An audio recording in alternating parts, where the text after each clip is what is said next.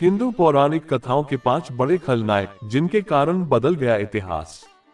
हिंदू धर्म में यूं तो कई ऐसा खलनायक हुए हैं जिनके कारण धरती त्रस्त रही है, लेकिन हमने इतिहास के महत्वपूर्ण पड़ाव के कुछ ऐसे खलनायक थे जिनकी चर्चा आज भी होती है।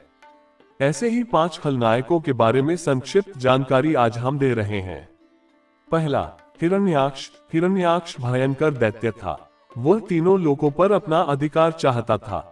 हिरण्याक्ष का दक्षिण भारत पर राज था। ब्रह्मा से युद्ध में अजेय और अमरता का वर मिलने के कारण उसका धरती पर आतंक हो चला था। हिरण्याक्ष भगवान वराह रूपी विष्णु के पीछे लग गया था और वह उनके धरती निर्माण के कार्य की खिल्ली उड़ाकर उनको युद्ध के लिए ललकारता था। वराह भगवान ने जब रसातल से बाहर निकलकर धरती को समुद्र के ऊपर स्थापित कर दिया, तब उनका ध्यान हिरण्याक्ष पर गया। आदि वराह के साथ भी महाप्रबल वराह सेना थी। उन्होंने अपनी सेना को लेकर हिरण्याक्ष के क्षेत्र पर चढ़ाई कर दी और विंध्यगिरि के पाद प्रसूत जल समुद्र को पार कर उन्होंने हिरण्याक्ष के नगर को घेर लिया। संगमनेर में महासंग्राम हुआ और अंततः हिरण्याक्ष का अंत हुआ। आज भी दक्षिण भारत में हिंगोली, हिंगनघाट, हिंगना नदी तथा हिरण्याक्षगन हेंगड़े नामों से कई स्थान हैं। उल्लेखनीय है कि सबसे पहले भगवान विष्णु ने नील वराह का अवतार लिया, फिर आदि वराह बनकर हिरण्याक्ष का वध किया। इसके बाद श्वेत वराह का अवतार नरसिंह अवतार के बाद लिया था। हिरण्याक्ष को मारने के बाद ही स्वयंभू मनु को धरती का साम्राज्य मिला था। दूसरा, महाबली। महाबली बाली अजर अमर है। कहते हैं कि वो आज भी धरती पर रहकर देवताओं के विरुद्ध कार्य में लिप्त है।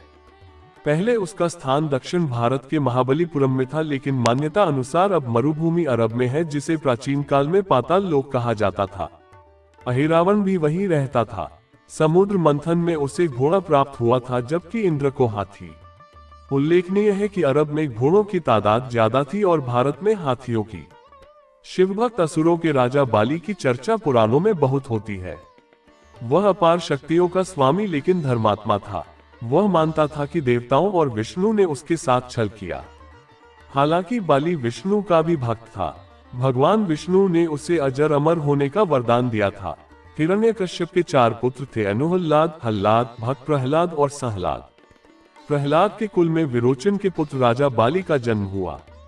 बाली जानता था कि मेरे पूर्वज विष्णु भक्त थे, लेकिन वह ये भी जानता था कि मेरे पूर्वजों को विष्णु ने ही मारा था, इसलिए बाली के मन में देवताओं के प्रति द्वेष था। उसने शुक्राचार्य के सानिध्य में रहकर स्वर्ग पर आक्रमण करके देवताओं को खदेड़ दिया था। वह तीनों लोकों का स्वामी बन बैठा था। बाली से भारत के एक नए इतिहास की शुरुआत होती है। तीसरा, वृत्रासुर। ये सतयुग की बात है, जब कालकेय नाम के एक राक्षस का संपूर्ण धरती पर आतंक था। वह वृत्रासुर के अधीन रहता था। दोनों से त्रस्त होकर सभी देवताओं ने मिलकर सोचा वृत्रासुर का वध करना अब जरूरी हो गया। इस वृत्रासुर के वध के लिए ही दधीचि ऋषि की हड्डियों से एक हथियार बनाया, जिसका नाम वज्र था। वृत्रासुर एक शक्तिशाली असुर था, जिसने आर्यों के नगरों पर कई बार आक्रमण करके उनकी नाक में दम कर रखा था। अंत में इंद्र ने मोर्चा संभाला और उससे उनका घोर युद्ध हुआ, जिसमें वृत्रासुर का वध हुआ। इंद्र के इस वीरतापूर्ण कार्य के कारण चारों ओर उनकी जय जयकार और प्रशंसा होने लगी थी। शोधकर्ता मानते हैं कि वृत्रासुर का मूल नाम वृत्र ही था, जो संभवतः असीरिया का अधिपति था। पारसियों की अवेस्ता में भी उसका उल्लेख मिलता है। वृत्र ने आर्यों पर आक्रमण किया था तथा उन्हें पराजित करने के लिए उसने अद्विशुर नामक देवी की उपासना की थी।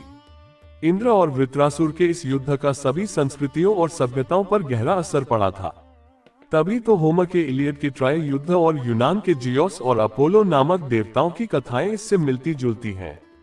इससे पता चलता है कि तत्कालीन विश्व पर इंद्र वृत्र युद्ध का कितना व्यापक प्रभाव पड़ा था। चौथा, रावण। रावण एक कुशल राजनीतिज्ञ, सेनापति और वास्तुकला का मर्मज्ञ होने के साथ साथ ब्रह्मज्ञानी तथा बहुविद्याओं का जानकार था। उसे मायावी इसलिए कहा जाता था कि वह इंद्रजाल, तंत्र, सम्मोहन और तरह तरह के जादू जानता था। उसके पास एक ऐसा विमान था जो अन्य किसी के पास नहीं था। इस सभी के कारण सभी उससे भयभीत रहते थे। एक मान्यता अनुसार असुरराज विष्णु के पार्षद जय और विजय ने ही रावण और कुंभकर्ण के रूप में फिर से जन्म लेकर धरती पर अपना साम्राज्य स्थापित किया। रावण ने रक्ष संस्कृति की नींव रखी थी। रावण ने कुबेर से लंका और उनका विमान छीना। रावण ने राम की सीता का हरण किया और अभिमानी रावण ने शिव का अपमान किया था। विद्वान होने के बावजूद रावण क्रूर, अभिमानी, दंभी और अत्याचारी था।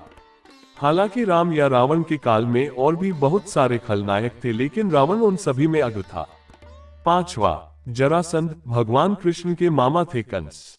वह अपने पिता उग्रसेन को राजपद से हटाकर स्वयं राजा बन बैठा था। कंस बेहद क्रूर था। उसमें असुरों, दानवों और राक्षसों जैसी प्रवृत्ति थी। कंस अपने पूर्वजन्म में कालनेमी नामक असुर था, जिसे भगवान विष्णु ने मारा था। कंस का श्वासुर मगध का सम्राट जरासंध था। महाभारत काल के सबसे बड़े खलनायक में से किसी एक को तय करना मुश्किल है। कंस से बड़ा खलनायक जरासंध था। कंस तो भगवान श्री कृष्ण को मारने के चक्कर में ही मारा गया। भगवान श्री कृष्ण को सबसे ज्यादा यदि किसी ने परेशान किया तो वह था जरासंध। वह बृहद्रथ नाम के राजा का पुत्र था और जन्म के समय 2 टुकड़ों में विभक्त था। जरा नाम की राक्षसी ने उसे जोड़ा था, तभी उसका नाम जरासंध पड़ा। महाभारत युद्ध में जरासंध कौरवों के साथ था। जरासंध अत्यंत क्रूर एवं साम्राज्यवादी प्रवृत्ति का शासक था। हरिवंश पुराण अनुसार उसने काशी, कौशल, चेदी, मालवा, विदेह, अंग, वन, कलिंग, पांड्य, सौबिर, मध्य, कश्मीर और गांधार के राजाओं को परास्त कर सभी को अपने अधीन बना लिया था। इसी कारण पुराणों में जरासंध की बहुत चर्चा मिलती है। जरासंध का मित्र था काल्यवन। जरासंध के कई साथी राजा थे। कामरूप का राजा दंतवक, चेदराज, शिशुपाल, कलिंगपति पौंड्र, भीष्म पुत्र रुक्मी, काद, अंशुमान तथा अन, बंद, कौसल, दशार्ण, भद्र, त्रिगर्त आदि के राजा थे। इनके अतिरिक्त शाल्वराज, पवनदेश का राजा भगदत्त, सौवीर राज गंधार का राजा सुबल, नग्नजित का मीर का राजा गोभर्ग, दरद देश का राजा आदि। भीम ने जरासंध के शरीर को 2 हिस्सों में विभक्त कर उसका वध कर दिया था। आशा है आपको ये जानकारी अच्छी लगी होगी। वीडियो को लाइक और शेयर जरूर से करें और चैनल को सब्सक्राइब कर लें। धन्यवाद।